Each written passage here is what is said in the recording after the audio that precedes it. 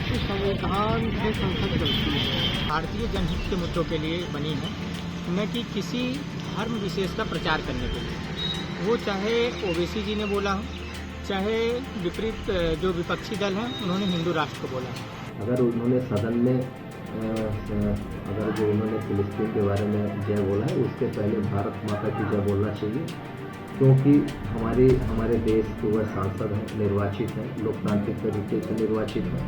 जिस तरह से संसद भवन में सांसद ओवैसी के द्वारा जय फिलिस्तीन कहा गया है, अब हम जानेंगे कि सिंगरौली जिले में लोग क्या कुछ सोचते हैं।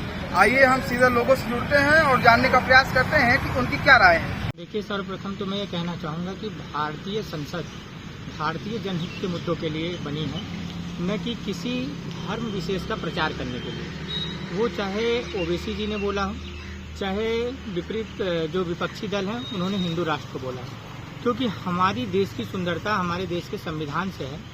और अगर उन्हें बोलना है, वहाँ जयकारे लगाना है, तो वो वंदे मातरम की जयकारे लगाएं, भारत माता की जयकारे लगाएं, या संविधान का जयकारा लगाएं, क्योंकि यह देश संविधान से चलता है, किसी ग्रंथ से नहीं। ये सरासर हमें यह लगता है कि एक विशेष विचारधारा थोपने का काम भारतीय जनता पार्टी और उसके द्वारा लोगों के द्वारा किया जाता है, जो सरासर इस देश की जनता जो विविधता में एकता पर विश्वास करती है उसके सख्त खिलाफ है। अगर उन्हें बोलना है तो बाबा साहेब के विचारों के बारे में बोलें, संविधान के विचारों के बारे में बोलें। आप क्या कुछ बोलने से? देखिए, हमारा भारत हमारी माता है, भारत हमारा एक लोकतांत्रिक देश है।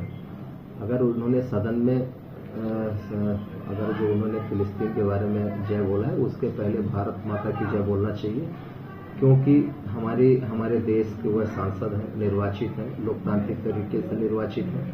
तो कहीं न कहीं अपने देश के प्रति आस्था होनी चाहिए। अगर जो अपने देश के प्रति आस्था न करके बाहर के देशों के प्रति उनकी आस्था है, तो ऐसे आदमी को निर्वाचन इनका शून्य होना चाहिए और इनको सजा मिलनी चाहिए कि अपने देश के प्रति निष्ठा रहे। अगर जो सदन की इनके पहला दिन सदन में उन्होंने इस तरह की बात कही है तो गलत है, निंदनीय। देखिए, इस तरह के जो लोग होते हैं वह कहीं न कहीं कट्टरवादी विचारधारा के होते हैं। इनकी सोच विचारधारा इनका अलगाववाद टाइप का है। यह बस अपने निजी स्वार्थ के लिए जीते हैं। ऐसे लोगों के प्रति तो मैं तो कड़ी निंदा करता हूं।